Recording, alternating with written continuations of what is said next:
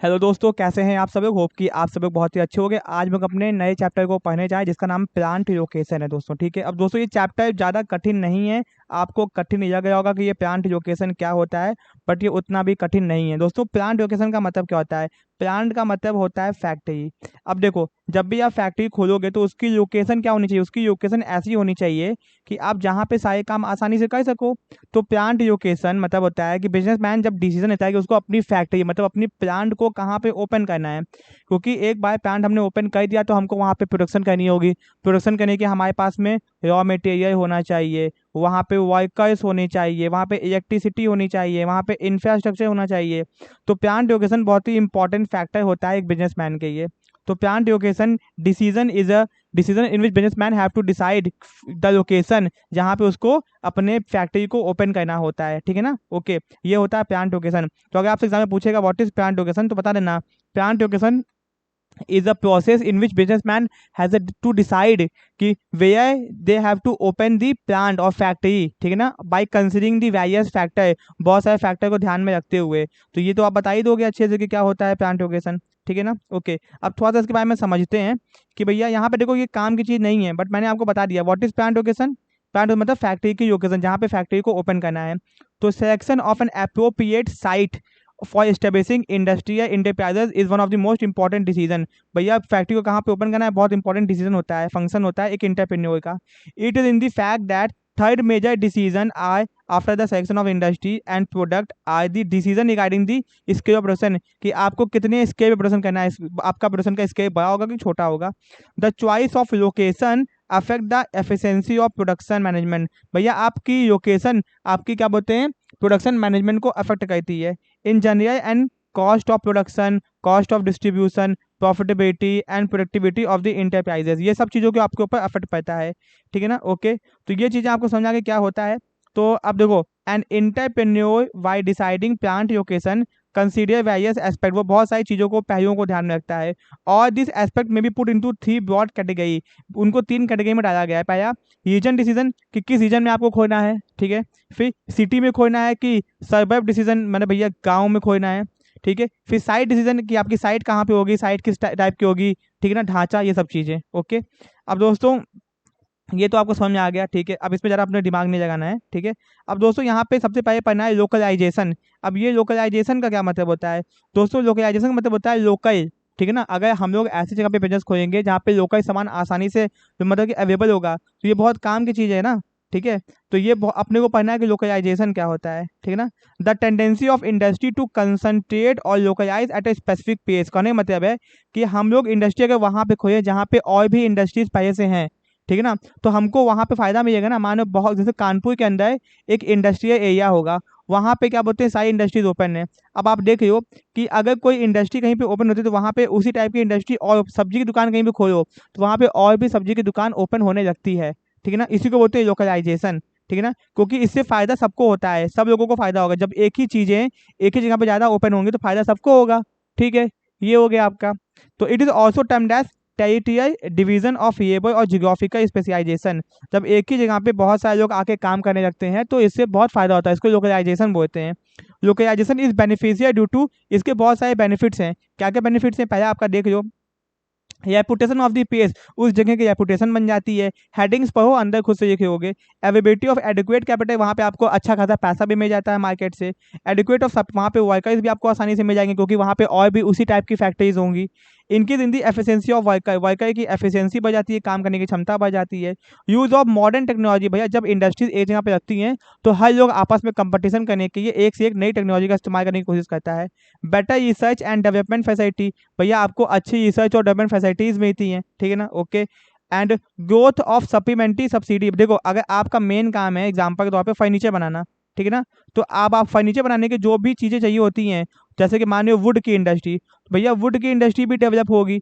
अगर किसी जगह पे फर्नीचर बनाने की इंडस्ट्री डेवलप होगी तो वहाँ पे जो इंडस्ट्री फर्नीचर बनाने में काम आती है, जैसे कि आपका की काटी हो गया, ठीक है ना, इक्विपमेंट्स हो गए, ठीक है, वो सब भी इंडस्ट्रीज डेवलप करेंगी, जिसको बोलते हैं सप्लीमेंट्री इंडस्ट्री। सपोज कि हमारी आइसक्रीम की फैक्ट्री है तो भैया जहाँ मिल्क की प्रोडक्शन होगा उसका भी प्रोडक्शन ज़्यादा होगा। डेवलपमेंट ऑफ ट्रांसपोर्ट वहाँ पे अच्छा हो जाएगा, कम्युनिकेशन सिस्टम अच्छा हो जाएगा। इनकी इन दी म्यूचुअल कॉर्पोरेशन अमंग इंडस्ट्री, भैया इंडस्ट्रीज के अंदर म्यूचुअल कॉर्पोरेशन अच्छा होगा, सब मिल के काम करेंगे। कॉस्ट कम खर्चा कम से कम आएगा, और अपने बाई प्रोडक्ट का, ये बाई प्रोडक्ट क्या होता है, जब भी कोई मेन सामान बनाते हैं तो जो सामान एक्स्ट्रा बन के निकल जाता है उसको बाई प्रोडक्ट बोलते हैं, ठीक है ना, एक्स्ट्रा सामान, ठीक है ना। ओके, उसका भी वैल्यू होता है। अब दोस्तों डिसएडवांटेज क्या है लोकलाइजेशन का, इसके कुछ डिसएडवांटेज भी होते हैं। फियर ऑफ डिप्रेशन, भैया डिप्रेशन अगर आ गया तो लोग सामान इस्तेमाल करना बंद कर दिए जब मार्केट में मंदी आ जाती है, ठीक है। फिर unbalanced economic growth of a country, इससे होता क्या है कि एक ही जगह डेवलप होता है, बाकी जगह डेवलप नहीं हो पाता है। Lack of mobility of worker, worker आसानी से जॉब छोड़ के दूसरी जगह नहीं जा पाते हैं, ठीक है ना, क्योंकि भैया उनको पर्टिकुलर काम आता है, हर सब काम नहीं आता है, ठीक है ना। बीच में भी भैया मान लो यहाँ पे कोई काम है तो वहाँ पे कुछ और काम अवेलेबल होगा। डेंजर ऑफ अनएम्प्लॉयमेंट, बेरोजगारी का हमेशा डर बना रहता है, कभी भी लोग आज के टाइम पे नौकरी से निकाल सकते हैं, ठीक है ना। डेंजर ऑफ अटैक्स, भैया अटैक एनिमी अटैक्स हो सकता है, ठीक है ना, एनिमी अटैक्स हो सकता है आपका। Decrease in the efficiency of worker, worker की काम करते करते क्षमता घट जाती है, ठीक है ना, क्योंकि लगातार उनको वही काम करना है। Okay, direct defect of industrial centre, बहुत मतलब कि when number of enterprises are considered at one pace severe defect come up, they are over crowding, unemployment, shortage of accommodation, जब वहाँ एक ही जगह पर ज़्यादा इकट्ठा हो जाएंगे ना तो ये सब चीज़ें वहाँ पे आएंगी ही आएंगी, ठीक है। अब दोस्तों ये आपको पढ़ के जाना है कि फैक्टर इन्फ्लुएंसिंग प्लांट लोकेशन, कौन कौन से फैक्टर हैं। देखो, फैक्टर इन्फ्लुएंसिंग या फिर फैक्टर अफेक्टिंग भी कह सकते हो, फैक्टर अफेक्टिंग भी कह सकते हो, ये वो फैक्टर हैं जो आपके प्लांट लोकेशन के डिसीजन को अफेक्ट करते हैं। पहला, nearness of accessibility to raw material and raw material forms, अगर आप चाहते हो कि भैया आपका बिजनेस उस जगह पे ओपन हो जहाँ पे रॉ मटेरियल आपके आसपास में अवेलेबल हो, ठीक है ना, तो आप उसके हिसाब से डिसीजन लोगे, ठीक है ना, तो आपको उसके हिसाब से वहाँ पे फैक्ट्री खोलनी पड़ जाएगी। तो भैया अगर आपको रॉ मटेरियल चाहते हो कि पास में हो तो उसके हिसाब से आपका डिसीजन भी प्लांट लोकेशन का चेंज हो जाएगा। नियरनेस टू मार्केट, अगर आप चाहते हो कि मार्केट के करीब में हो, कुछ लोग सोचते हैं कि मार्केट के करीब में ही अपनी प्लांट को बना लो, वहीं पे सामान बनाओ और पास में बेच भी देंगे। तो ये देखो, अब ये पॉसिबल नहीं है ना कि रॉ मटेरियल भी वहीं पे मिल जाएगा आपको, सामान भी वहीं पे कर लोगे, तो ये पॉसिबल नहीं होता है, हाई बाय, ठीक है ना। तो कभी कभी ऐसा होता है कि सामान कहीं और से आता है, बनता कहीं और, बिकता कहीं और पे है, ठीक है। अवेलेबिलिटी ऑफ पावर, भैया वहाँ पे इलेक्ट्रिसिटी पावर होनी चाहिए, ठीक है ना। कोल अगर आपको चाहिए तो कोल होना चाहिए, या फिर जिस भी टाइप की आपको इलेक्ट्रिसिटी चाहिए वो वहाँ पे अवेलेबल होनी चाहिए, वरना आपका प्रोडक्शन नहीं हो पाएगा अच्छे से। अवेलेबिलिटी ऑफ लेबर, क्या वहाँ पे मजदूर या मजदूर उस टाइप के अवेलेबल है कि नहीं है, वरना आपने फैक्ट्री तो खोई बट काम करने के कोई मिलेगा ही नहीं आपको, ये भी बहुत दिक्कत की बात है, ठीक है ना। तो ये देखो यहाँ से अब इसको पॉइंट को केवल पढ़ लो, काम हो जाएगा। कैपिटल, भैया क्या वहाँ पे आसानी से कोई बैंक आपको कैपिटल या फिर लोन प्रोवाइड करने को तैयार है कि नहीं, ये भी दिक्कत होती है। ट्रांसपोर्टेशन एंड कम्युनिकेशन फैसिलिटीज वहाँ पे है कि नहीं, जो भी लोग काम करने आएंगे उनको आने जाने में दिक्कत ना हो, कम्युनिकेशन में दिक्कत ना हो, ठीक है। सॉइल वहाँ का कैसे, मिट्टी कैसी है, क्लाइमेट कैसा है, टोपोग्राफी कैसा है, वहाँ का कंडीशन कैसी है। मोमेंटम ऑफ अर्ली स्टार्ट, होता क्या है कि दोस्तों कुछ जगह ऐसी होती है जहाँ पे चीज़ें काम स्टार्टिंग से ही हो जाती हैं, आप देखोगे ना जितनी भी फैक्ट्रीज होती हैं वहाँ पे काम जो है स्टार्ट सुबह 6 बजे से स्टार्ट हो जाता है, ठीक है ना। पॉलिटिकल स्टेबिलिटी, वहाँ की सरकार कैसी है, सरकार के डिसीजंस कैसे हैं, ठीक है ना। स्टेट पॉलिसी, उस स्टेट की नियम कैसे हैं। कम्प्लीमेंट्री इंडस्ट्री, कम्प्लीमेंट्री का मतलब होता है भैया हमारे इंडस्ट्रीज को सपोर्ट करने के जो और इंडस्ट्री बनाई गई हैं, ठीक है ना। कम्प्लीमेंट्री का मतलब होता है कि हमारी तरह और भी इंडस्ट्रीज एंड क्या बोलते हैं हमारे टाइप की और भी इंडस्ट्रीज वहाँ पे हैं कि नहीं है। कंपीटिंग, क्या हमारी कंपटीशन देने वाली इंडस्ट्री वहाँ पे है कि नहीं, ठीक है ना। अब कॉम्प्लीमेंट्री का मतलब होता है मान लो कि हम लोग कार बना रहे हैं तो टायर बनाने वाली कंपनी वहाँ पे है कि नहीं, क्योंकि हमको टायर भी चाहिए ना, ठीक है, ये कम्युनिटी में आ गया। फिर स्ट्रैटेजिक फैक्टर, भैया हर चीज़ का एक स्ट्रैटेजिक फैक्टर भी होता है कि भैया वहाँ पे हम काम कर रहे हैं तो हमको कुछ बेनिफिट हो रहा है कि नहीं, उससे हमको क्या बेनिफिट हो रहा है कि हमने कहाँ क्यों फैक्ट्री वहाँ पे खोई है। कुछ लोगों का पर्सनल कंसिडरेशन भी होता है, भैया हमको यहीं पे फैक्ट्री खोनी है। हिस्टोरिकल कंसिडरेशन, भैया कुछ कुछ जगह ऐसी होती हैं जो हिस्टोरिकल बनी हुई हैं काम करने के लिए, तो भैया ये भी हो गया। रिलीजियस एंड सोशल कंसिडरेशंस, ठीक है ना, इसका मतलब ये होता है कि रिलीजियस एंड सोशल कंसिडरेशन का मतलब आपको यहाँ पे ये होता है कि भैया वहाँ पे धार्मिक चीज़ें या फिर कोई सामाजिक कंसिडरेशन तो नहीं हो रहा है, ठीक है, ये हो गया आपका। ओके, कम्युनिटी कंसिडरेशन, वहाँ पे किस समाज के लोग रहते हैं, ये भी बहुत बड़ा फैक्टर है। गुजरात के अंदर टाटा कंपनी फैक्ट्री लगाई थी तो वहाँ पे दंगा भड़क गया था, ठीक है ना, तो ये भी होता है। फायर फाइटिंग फैसिलिटी, वहाँ पे आग बुझाने की फैसिलिटी है कि नहीं।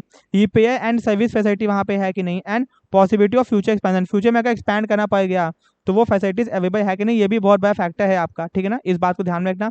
इतने सारे फैक्टर हैं, आपको कम से कम 10 थोड़ा याद करके ही जाना है और आराम से याद कर लोगे, कोई दिक्कत नहीं है, ठीक है ना, अंदर पढ़ने की जरूरत आपको नहीं है। अब दोस्तों theories of plant location, plant location की थ्योरीज पढ़ने जाए हम लोग, ठीक है ना। तो आपको पता है कि भैया हमको वेबर की थ्योरी पढ़नी है और साइजेंट फ्लोरेंस की पढ़नी है, पहले हम लोग वेबर की पढ़ते हैं, ठीक है। अब दोस्तों एल्फ्रेड वेबर क्या है। अब दोस्तों एल्फ्रेड वेबर के हिसाब से प्लांट लोकेशन कैसा होना चाहिए, कहाँ होना चाहिए, ये सब बताएंगे वो। Alfred weber was a German economist, एक पॉइंट आपका ये हो गया, ठीक है ना। He was the first economist who studied the complex problem of location and developed theory in this regard. उन्होंने पहले इस चीज को समझा और इसके लिए थ्योरी बनाई।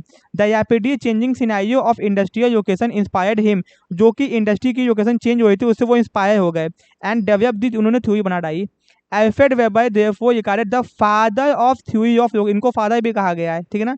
हिज बुक, इन्होंने एक बुक भी लिखी हुई है, the theory of location industry, was publish इनिशी in German language in 1909, almost after 20 year. In the year 1929 the book was translated into English, ठीक है भैया, इंग्लिश में ट्रांसलेट किया गया।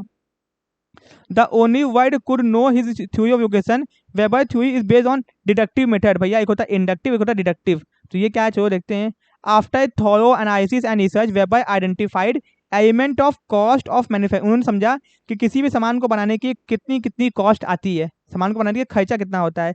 This cost are material, electric, power, fuel, land, building, machine, fixed capital expenditure, transport expenses relating to raw material and finish product, wages, interest, fixed and current capital, depreciation on fixed capital. मैंने देखा कि इतने सारे खर्चे होते हैं, general expenses में क्या क्या आते हैं, but all this cost have not been included in the theory, but ये सारे खर्चे उनकी थ्योरी में नहीं थे।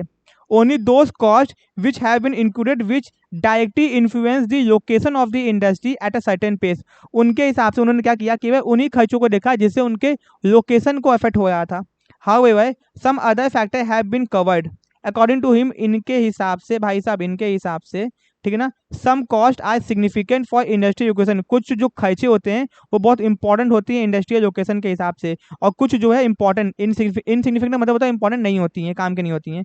Weber has concluded that fixed capital expenditure fluctuate on the basis of size of unit, आपको आपका फिक्स्ड कैपिटल कितना लगने वाला है ये डिपेंड करता है कि आपके बिजनेस का साइज कितना है।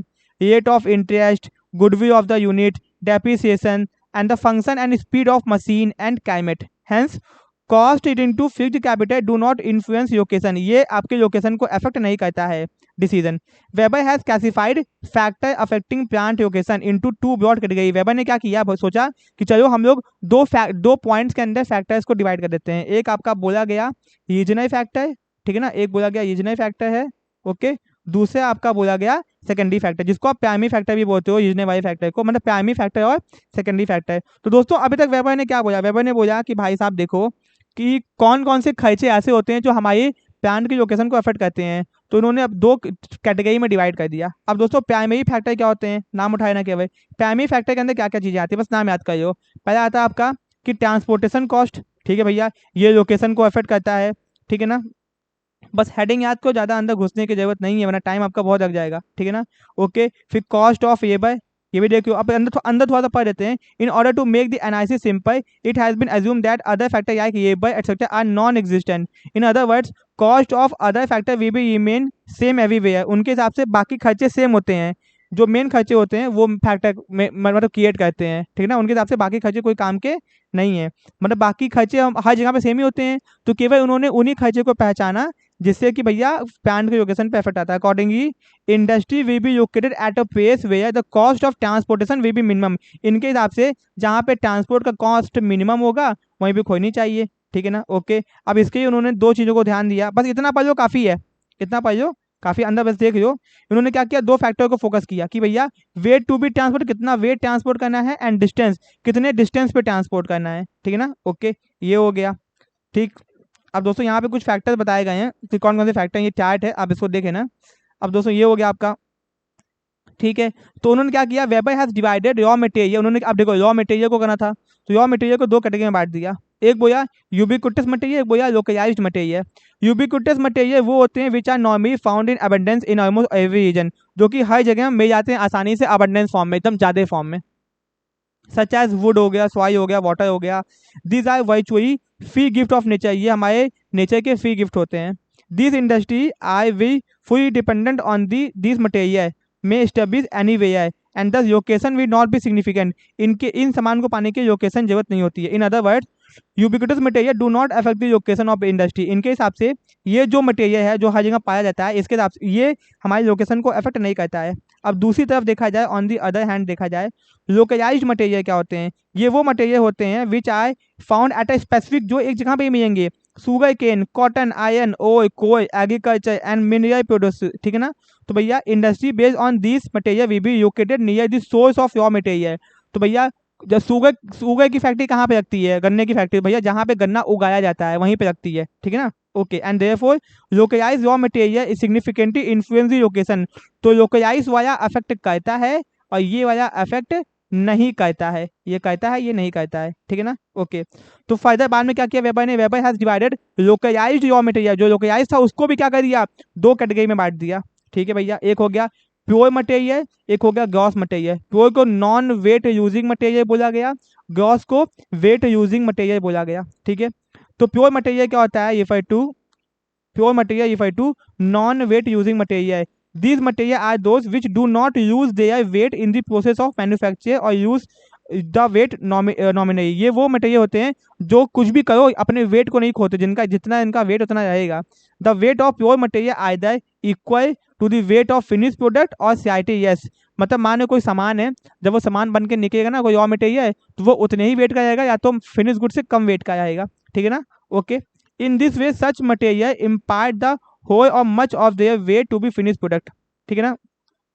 Cotton, wool etcetera are the example of such material. Cotton है कपड़ा, अब भैया कॉटन तो उतना ही वेट का रहेगा ना जितने का पहिए था, अब चाहे 1 मीटर इस्तेमाल करो चाहे 2 मीटर इस्तेमाल करो। On the other hand gross raw material are referred as weight using material, इनका वेट कम हो जाता है। This material are use most of their weight in the process of manufacture. जब भी कोई काम करोगे ना तो इनका वेट कम होने लगता है। For example sugar is obtain from the sugar cane, गन्ना कितना भारी होता है, चीनी कितनी हल्की होती है, तो ये आप समझ गए। दस transport cost can be saved, इसी से आप देखो, इसी से हमको पता चलता है कि हमें अपने ट्रांसपोर्ट के खर्चे को बचा सकते हैं, ठीक है ना। In this way selecting a location for industry the entrepreneur has two broad alternative. उसके में दो रास्ते होते हैं, material oriented location and market oriented location. अब देखो दोस्तों, बेसिकली वेबर करना क्या चाहते हैं, देखो उन्होंने क्या किया, पहले ये पता किया कि कौन कौन से मटेरियल जो है लोकेशन को अफेक्ट करते हैं, उन्होंने पता किया, डिटेल में पता करते गए, ठीक है ना। आप क्या करोगे, आप सारे पॉइंट्स को हेडिंग को देखते रहोगे। देखो हेडिंग दिखाता हूँ आपको मैं।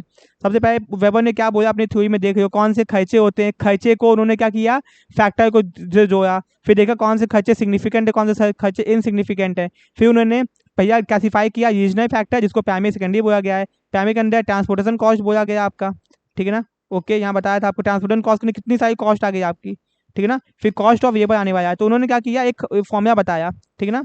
Wait of localized material upon weight of finish product, उसने मटेरियल इंडेक्स निकाला। इससे पता चल गया कि भैया अब देखो, accordingly if material index is high more than 1 the industry will be located near the source of raw material. बस ये चीज आपको लिखनी होगी। In other words industry will be material oriented, तो इंडस्ट्री क्या बन गई, मटेरियल ओरिएंटेड बन गई, क्योंकि मटेरियल के बिना इंडस्ट्री का काम नहीं चलने वाला। ऑन द कॉन्ट्री, इसके opposite, if material index is low less than 1 industry will be located near the market, तो वो मार्केट के पास में आएगी। It means industry will B market oriented, ठीक है। बस यही चीज है। देखो कितना फॉर्मूला बना के, कितना दिमाग था उनके पास में, वाह। अब दोस्तों कॉस्ट ऑफ लेबर, मजदूर की cost. Weber has recognized the cost of labour as a second regional factor determining the location of an industrial unit. It may be noted that now factor cost, labor cost was considered to be the equal everywhere. अब उनके हिसाब से जो मजदूरों का खर्चा है वो हर जगह इक्वल है, ठीक है ना। It was assumed that industry would be located at a places where transport cost would be minimum, कि भैया जहाँ पे ट्रांसपोर्ट कॉस्ट मिनिमम होना चाहिए। Now we assume that factor cost we vary from one place to another. भैया जो factor cost होती है, फैक्टर का मतलब जो लेबर है वो क्या, एक फैक्टर है, तो वो क्या करती है, वैरी करती है, अलग अलग जगह पे अलग अलग हो सकती है। Under factor cost labour was considered by Weber as a main determinant, ये बहुत इंपॉर्टेंट फैक्टर होता है। The difference in the cost of labour at different places affect the ideal location point. भैया अगर कहीं पे मजदूर सस्ते मिल जाए तो उससे हमारी आइडियल लोकेशन पे इफेक्ट पड़ेगा ना। आपने सोचा कि भैया गुजरात में फैक्ट्री ओपन करते हैं, बट जो वर्कर्स हैं वो यूपी में सस्ते मिल रहे हैं, तो आपका लोकेशन अफेक्ट हो गया ना, ठीक है। Weber has given 2 main reason which are responsible for the difference in the cost of labour. उन्होंने 2 रीजन बताए कि क्यों मजदूरों के कॉस्ट में डिफरेंस आता है। भैया efficiency of worker and variation in wages, worker कितने एफिशिएंट हैं, ठीक है ना। And difference in technical equipments और tool provided to the worker and organisational efficiency ability among the factories. कहने का मतलब है अब यूपी के जो वर्कर हैं वो ज़्यादा स्किल्ड नहीं होते हैं, अनस्किल्ड में माने जाते हैं, ठीक है ना, वो सब अनस्किल्ड वर्कर होते हैं। तो एक वर्कर की एफिशिएंसी और कितना टेक्निकल इक्विपमेंट उनको इस्तेमाल करने आता है, ठीक है ना। ओके ओके, ये हो गया आपका। On one of the first reason comes within the ambit of regional and geographical factor because the rate of wages is determined by the geographical distribution of population. भैया वहाँ पे कितना मजदूरी मिलेगी किसी लोकेशन में, वहाँ के जियोग्राफिकल लोकेशन पे डिपेंड करता है। This is the reason why Weber has chosen this factor as a basis of theory of labour. इसीलिए उन्होंने क्या किया कि मजदूर को उठाया एज अ कॉस्ट के नाम पे, ठीक है ना। ओके, अब इन्होंने भैया लेबर कॉस्ट इंडेक्स बताया और लोकेशनल वेट बताया, ठीक है। अब लेबर कॉस्ट इंडेक्स दिखाता है average cost of labour required to produce 1 unit of output, कि एक वर्कर को कितना भैया खर्चा देता है सामान बनाने के लिए। इन अदर वर्ड्स इट ईवी पर यूनिट पर टन, ठीक है ना, लेबर कॉस्ट, ठीक है ना। इट इज कंप्यूटेड, अब फॉर्मूला क्या है, labour cost upon weight of the product, ठीक है ना। अब देखो दिस फर्दर ईवी that higher the labour cost index greater the possibility of industry move from location to least transport cost, जहाँ पे कम खर्चा होगा आपका, ठीक है ना। यहाँ पे आपका ये बार कोएफिशिएंट बता दिया गया है, ठीक है ना। ये फॉर्मूला को लिख दोगे नंबर आपको अच्छे से मिलेगा। अब दोस्तों सेकेंडरी फैक्टर भी थे, प्राइमरी हो गए, अब सेकेंडरी फैक्टर क्या क्या है, एक है एग्रोमेटिव फैक्टर, एक है डी एग्रोमेटिव फैक्टर्स, ठीक है ना। ओके, हेडिंग्स भी याद कर लोगे ना और पॉइंट को हिंदी में तो काम हो जाएगा आपका। Agglomerative factor are those which causes the concentration of industry at one place. When industry concentrate at one place due to regional factor, जब बहुत सारी इंडस्ट्री एक ही जगह पे लगती हैं क्योंकि रीजनल फैक्टर्स होते हैं, to obtain survey other and और बेनिफिट्स को उठाने के लिए। जैसे आपने मीटर चायू बत्ती गोई में जो फैक्ट्री स्टार्ट की गई थी उसके द्वारा, वो एक ऐसी जगह पे स्टार्ट की गई थी जहाँ पे क्या बोलते हैं बहुत सारी इंडस्ट्री पहले से लगी हुई थी, ठीक है ना। These benefit are known as कि भैया external economics, such as this external economics are agglomerative factor. क्या क्या थे, अवेलेबिलिटी ऑफ मशीन वहाँ मिल जाएगी आपको, टेक्निकल कंपोनेंट मिल जाएंगे वहाँ पे, रिपेयर मशीन आपकी हो जाएगी, रिप्लेसमेंट हो जाएगा, नेसेसरी स्किल्ड लेबर आपको मिल जाएगा वहाँ पे, अवेलेबिलिटी ऑफ ऑर्गेनाइज मार्केट वहाँ पे मिलेगी, ठीक है ना। आप रॉ मटेरियल आसानी से परचेज कर सकते हो, सामान को डिस्ट्रीब्यूट कर सकते हो, availability of better banking, insurance, transport and communication facilities आपको वहाँ मिलेगी, वहाँ पे चीज़ें पहले से स्टार्ट हो रही हैं, डेवलपमेंट ऑफ एनसीआई, बाकी इंडस्ट्रीज भी वहाँ पे डेवलप होंगी। तो ये सब एग्रोमेशन था। अब दोस्तों डी एग्रोमेटिव फैक्टर्स क्या होते हैं, ये वो होते हैं और रिस्पॉन्सिबल फॉर द डिस्पर्जल, इनके कारण इंडस्ट्री अलग अलग जगह पे स्टार्ट होती हैं। This factor are known as external diseconomics. In two sense the diseconomics act disperse of industry, मतलब जिससे इंडस्ट्री अलग अलग जगह पे रखती हैं। एक्सटर्नल डिसइकोनॉमिक्स ये टू इन लोकल टैक्सेस अगर बढ़ गए, हाई कॉस्ट ऑफ लैंड हो गई, हाई वेज रेट हो गया, तो आप क्या करोगे, सोचो कि कहीं और स्टार्ट करते हैं जहाँ पे कम खर्चा हो भाई साहब, ठीक है ना। रेंट बढ़ गया, हाउसिंग प्रॉब्लम आ गई, ठीक है ना, रहने की दिक्कत आ गई, तो ये हो गया, ठीक है। तो ये चीजें हो गई। It is therefore obvious that there exist a टॉप-सीक relationship between the agglomeration and deglomeration. दोनों एक दूसरे के भैया अपोजिट है। एक कहता है कि पास में इंडस्ट्री स्टार्ट, एक कहता है दूसरे दूर दूर करो, ठीक है ना। The former exceed the pace of centralization where the latter exceed the pace of, एक कहता है सेंट्रलाइजेशन करो, एक कहता है डिसेंट्रलाइजेशन करो, ठीक है ना। एग्रोमेशन बीव्स ऑप्टिमम बट डिग्रोमेशन बीव्स पेसिमिज्म। ये आशावादी बात करता है, ये निराशावादी बात करता है, ठीक है चलो।